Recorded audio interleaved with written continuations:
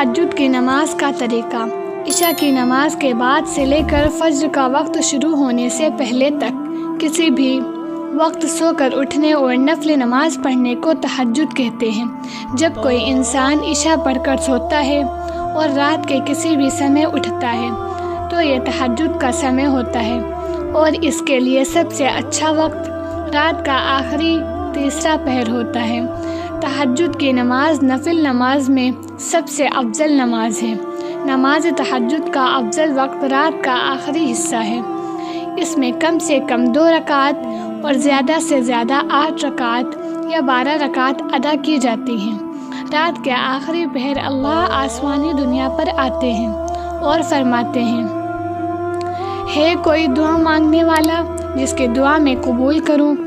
کوئی ہے جو اپنے گناہ کے لیے مانگے؟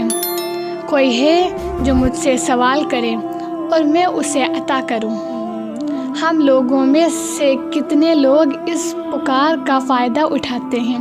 فجر نماز کے بعد اگر کوئی افضل نماز ہے تو وہ رات کے آخری پہر میں پڑھی جانے والی نفل نماز یعنی تہجد کی نماز۔ اس لیے ہمیں چاہیے کہ اس کا اہتمام کریں اور اس کے لیے تہجد کی نماز کا طریقہ کو جاننا بے حد ضروری ہے۔ حدیث میں فرمایا گیا ہے، رات کی نماز یعنی تہجد پڑھا کرو، کیونکہ تم سے پہلے پچھلی امتوں کے نیک لوگ بھی تہجد پڑھتے تھے، اور یہ نماز تمہارے لیے اللہ سے قریب ہونے کا سبب ہے اور گناہوں کا کفارہ کرنے والی ہے اور گناہوں سے روکنے والی ہے۔ تہجد نماز سنت ہے۔ یہ وہ نفل نماز ہے جو تمام نفلی نمازوں پر بھاری ہے۔ نبی کریم صلی اللہ علیہ وسلم نے ہمیشہ اس وقت کا اہتمام فرمایا۔ جو لوگ تہجد کی نماز پڑھتے ہیں وہ خوش نصیب ہوتے ہیں، کیونکہ ہر بندے کو تہجد کی نماز پڑھنے کی توفیق نہیں ہوتی۔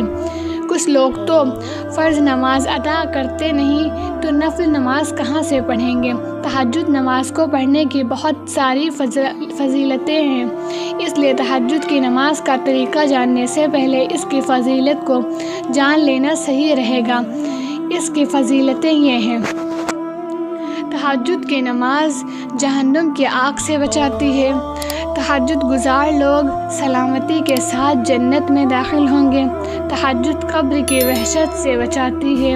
رات میں جب سب سو رہے ہوں اس وقت اللہ کی عبادت کرنا نہایت ہی مفید عمل ہے۔ نہ معلوم کون سا وقت قبولیت کا ہو اور ہماری دعا سن لی جائے۔ رات کی عبادت ہمیشہ نیک لوگوں کی معمول رہی ہے۔ تہجد پڑھنے سے ہم اللہ کے قریب ہوتے ہیں۔ تہجد پڑھنے سے بیماری بھی دور ہوتی ہے۔ اب تہجد کی نماز کا طریقہ کو سمجھ لیتے ہیں۔ تہجد کی نماز کا طریقہ یہ ہے کہ 2 رکعت سے لے کر 4 رکعت، 6، 8 رکعت یا 12 رکعت تک پڑھ سکتے ہیں۔ یہ رکعت 2 کر کے ہی پڑھی جائے گی، یعنی ہر 2 رکعت کے بعد سلام پھیرنا ہے۔ اس کے بعد اس کے اسٹیپ کو نیچے بتایا گیا ہے۔ رات جب آپ سو کر اٹھیں تو سب سے پہلے وضو کریں، اس کے بعد نماز کے لیے نیت کریں جیسے ہر نماز میں نیت کیا جاتا ہے۔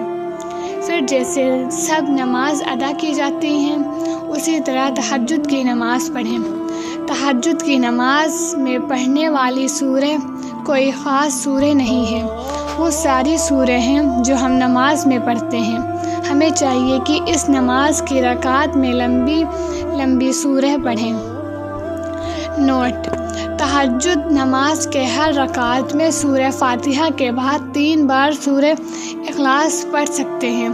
اس طرح ہر رکعت میں قرآن پورا پڑھنے کا ثواب ملے گا۔ ایسا کرنا بھی بہتر ہے۔